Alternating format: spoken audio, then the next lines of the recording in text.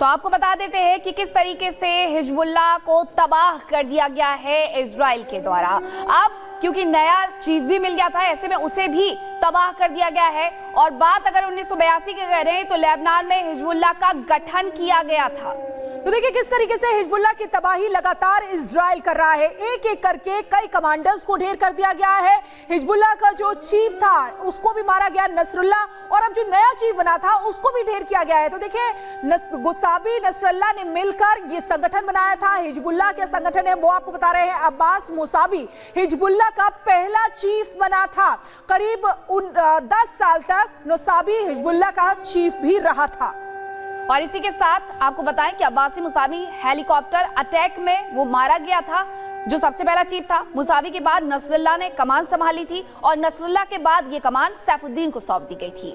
अब 32 साल की उम्र में हिजबुल्लाह का चीफ बना था। बिल्कुल, आपको बता दें कि 27 सितंबर 2024 को हसन नसरुल्लाह ढेर हुआ, यानी कि हाल ही में उसको ढेर किया गया इजराइल की तरफ से। चचेरा भाई सफीदीन नया चीफ बनाया गया था उसके बाद, लेकिन जो दावा किया जा रहा है कि नए चीफ को भी यानी कि सफीदीन को भी ढेर कर दिया गया है। यानी कि कसम इजराइल ने खा ली है कि हिजबुल्लाह पूरी तरीके से तबाह और निस्तनाबूद कर दिया जाएगा और उसी और अग्रसर है। देखिए नया चीफ जो बनाया गया था उसको भी ढेर किया गया है। 7 दिन बाद ही हाशिम सफीदीन मार गिराया गया। तो 7 दिन बाद ही ये बड़ी सफलता इजराइल के हाथ लग गई है कि अगर कोई और फिर से इस गठन को चलाने की कोशिश करता है, संगठन को चलाने की कोशिश करता है, तो उसे भी मार गिराया गया है। इजरायली मीडिया ने इसे लेकर के बड़ा दावा भी कर दिया है कि सैफुद्दीन मारा गया है। और इसी बीच एक और बड़ी खबर आ रही है, उसके बारे में भी आपको बता देते हैं। और ये बड़ी खबर हिजबुल्लाह के नए चीफ के बारे में ही है, जिसे मारे जाने का दावा इजरायली मीडिया ने कर दिया है। और इजरायली मीडिया की तरफ से सैफुद्दीन की मौत का ये बड़ा दावा शुक्र किया गया है। तो बड़ी खबर आपको बता दें, इजरायली सेना ने एक हाई लेवल मीटिंग को निशाना बनाया। ईरान और हिजबुल्लाह की हाई लेवल मीटिंग पर हमला किया गया है। देखिए इजराइल का टारगेट एकदम फिक्स है, फोकस्ड है। मीटिंग में हाशिम सफीदीन के मारे जाने का ये दावा किया जा रहा है। तो देखिए बड़ी खबर आपको बता रहे हैं, हिजबुल्लाह के नए चीफ के मारे जाने का दावा किया जा रहा है। इजरायली मीडिया ने सफीदीन की मौत का दावा किया है। सफीदीन नया चीफ बनाया गया था। 2 तस्वीरें आपको दिखा रहे हैं। पहली तस्वीर में हसन नसरुल्लाह जिसको ढेर किया जा चुका था 27 सितंबर को, और वहीं दूसरी तस्वीर में सफीदीन दिखा रहे हैं आपको, जिसकी मौत का दावा किया जा रहा है। एक रिपोर्ट इसी से जुड़ी आपको दिखाते हैं।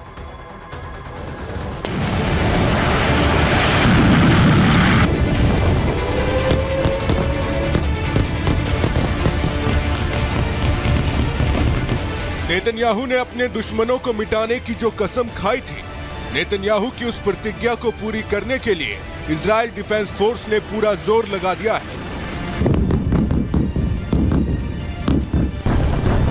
ये जो आप धमाके की भयंकर तस्वीरें देख रहे हैं, ये देर रात की है। देखिए, इजरायली फोर्स जब अपने दुश्मनों से इंतकाम लेती है तो फिर किसी को ना तो भागने का मौका मिलता है और ना ही जान बचाने का।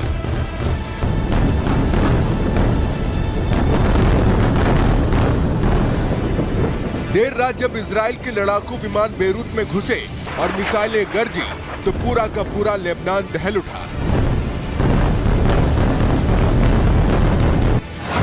इसी बीच खबर आ रही है कि इजराइल ने अपने एक और दुश्मन हाशिम सफीदीन का खात्मा कर दिया है। ये हाशिम सफीदीन कोई और नहीं बल्कि नसरुल्लाह का चचेरा भाई बताया जा रहा है। बताया जा रहा है कि नसरुल्लाह की मौत के बाद हाशिम सफीदीन को ही हसन नसरुल्लाह का उत्तराधिकारी बनाया जा सकता था। और तो और नसरुल्लाह की मौत के बाद आतंकी संगठन हिजबुल्लाह के महासचिव के रूप में हाशिम सफीदीन को ही नियुक्त किया जाना था। लेकिन हाशिम सफीदीन इजराइल के लिए कोई खतरा पैदा कर पाता, नसरुल्लाह की मौत का इंतकाम ले पाता, इजराइल ने उसी के घर में घुसकर उसे मिट्टी में मिला दिया। इजराइल ने उसे ऐसी मौत दी कि आतंकी संगठन हिजबुल्लाह के पास सिवाय आंसू बहाने के कुछ नहीं बचा। हाशिम सफीदीन की मौत इजराइल के लिए इसलिए भी जरूरी हो गई थी क्योंकि हाशिम सफीदीन की गिनती नसरुल्लाह और नईम कासिम के बाद हिजबुल्लाह के टॉप 3 नेताओं में होती थी। हाशिम आतंकी संगठन हिजबुल्लाह की जिहाद परिषद का सदस्य भी था और हिजबुल्लाह के राजनीतिक मामलों में बड़ी भूमिका निभाता था। और तो और हाशिम सफीदीन को 2017 में अमेरिका ने आतंकवादी भी घोषित किया था और इसलिए हाशिम सफीदीन का मारा जाना इजराइल के निर्दोष लोगों के लिए एक बहुत बड़ी राहत की बात है। Bureau report, Republic Bharat.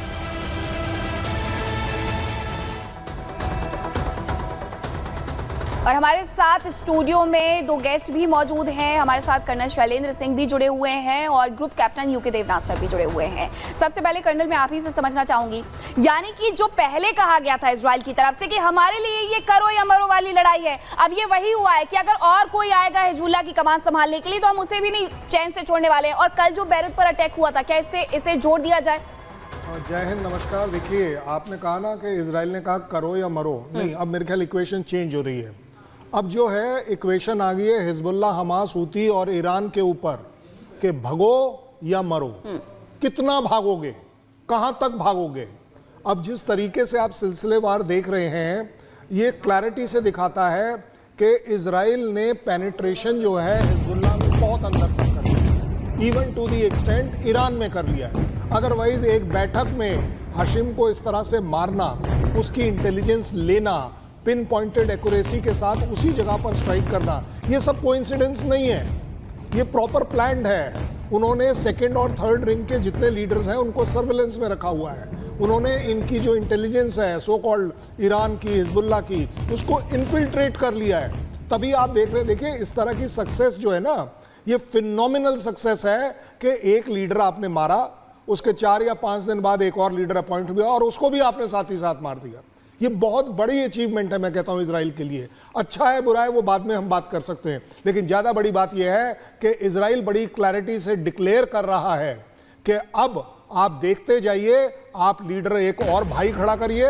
Hashim भाई उसका चचेरा भाई था, ममेरा भाई था, ये सारे के सारे टेररिज्म के भाई थे और टेररिज्म के भाइयों को खत्म करना एक तरह से open declaration, open challenge Netanyahu दे चुके हैं कि जो भी हमारे इंटरेस्ट के खिलाफ काम करेगा या काम करता पाया जाएगा, हम उसे एलिमिनेट जरूर करेंगे। उसमें कहीं कोई कंसेशन नहीं होगा और उसके लिए किसी हद तक भी जाना होगा वो जाएंगे, क्योंकि आप देख रहे हैं ये सारे eliminations beyond the enemy line हो रहे हैं। बेरूट में हो रहे हैं, वहाँ ईरान में हो रहा था जब आपने सिनवार को मारा था। सबसे बड़ी बात यह है कि यस, इजराइल ये बात कहने की क्षमता रखता है। बिल्कुल बड़ी बात आप यहाँ पर कह रहे हैं कि इजराइल ये कहने की क्षमता रखता है। सर यूके देवनाथ सर, आपके पास भी आऊंगी, लेकिन उससे पहले ये बड़ी खबर का रुख कर लेते हैं। ईरान समर्थित हूती के लड़ाकों ने रेड सी में ब्रिटेन के शिप को निशाना बनाया है। हूती ने हमले की तस्वीरें भी जारी की हैं। पनामा फ्लैग ये शिप ब्रिटेन का था।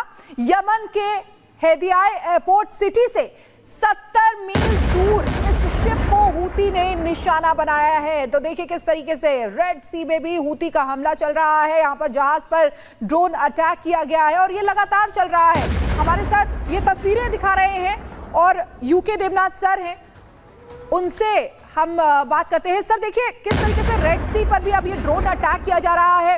इधर इजराइल जो है वो नई कहानी जो है, यानी कि जिस तरीके से ये युद्ध हो रहा है, नई कहानी लिख रहा है। इजराइल लगातार ताबड़तोड़ अटैक कर रहा है हिजबुल्लाह के खात्मे की तरफ है। नए चीफ को भी ढेर कर दिया गया है जिस तरीके से। लेकिन सबसे बड़ी बात यह है कि नजर आज खामनेई क्या कहने वाले हैं इस पर भी रहेगी, क्योंकि आज नसरुल्लाह का जनाजा भी निकाला जाने वाला है। जी हाँ, जहां तक हिजबुल्लाह की बात है, बैकफुट पर है। हमास प्राय मिलिट्री तौर पर ख़त्म कर दिया गया है। हम देखते हैं कि हूती जो हैं लाल सागर में कुछ हमले कर रहे हैं जो कि परेशानी करने वाले हैं, इरिटेटिंग हमले हैं, लेकिन उनका इस युद्ध पर कोई ख़ास फ़र्क नहीं पड़ रहा। सबसे बड़ी बात है कि हिजबुल्लाह इस वक्त लेबनान में भाग रहा है जान बचाने के लिए। हिजबुल्लाह के जो टॉप कमांडर्स हैं उनको हर रात को नहीं, अब हर घंटे पर अपनी लोकेशन बदल रही है। जो मोसाद की पैंट है, मोसाद ने हिजबुल्लाह के अंदर तक घुसकर अपनी ह्यूमन इंटेलिजेंस एजेंट्स को एक्टिव कर दिया है। एक और बात है, इजराइल की जो सिग्नल इंटेलिजेंस है वो बहुत शानदार है। इजराइल इलेक्ट्रॉनिक सिग्नल्स के माध्यम से तुरंत पता कर लेता है कि हिजबुल्लाह की जो लीडरशिप है वो कहां पर अपनी कमान बैठक कर रही है।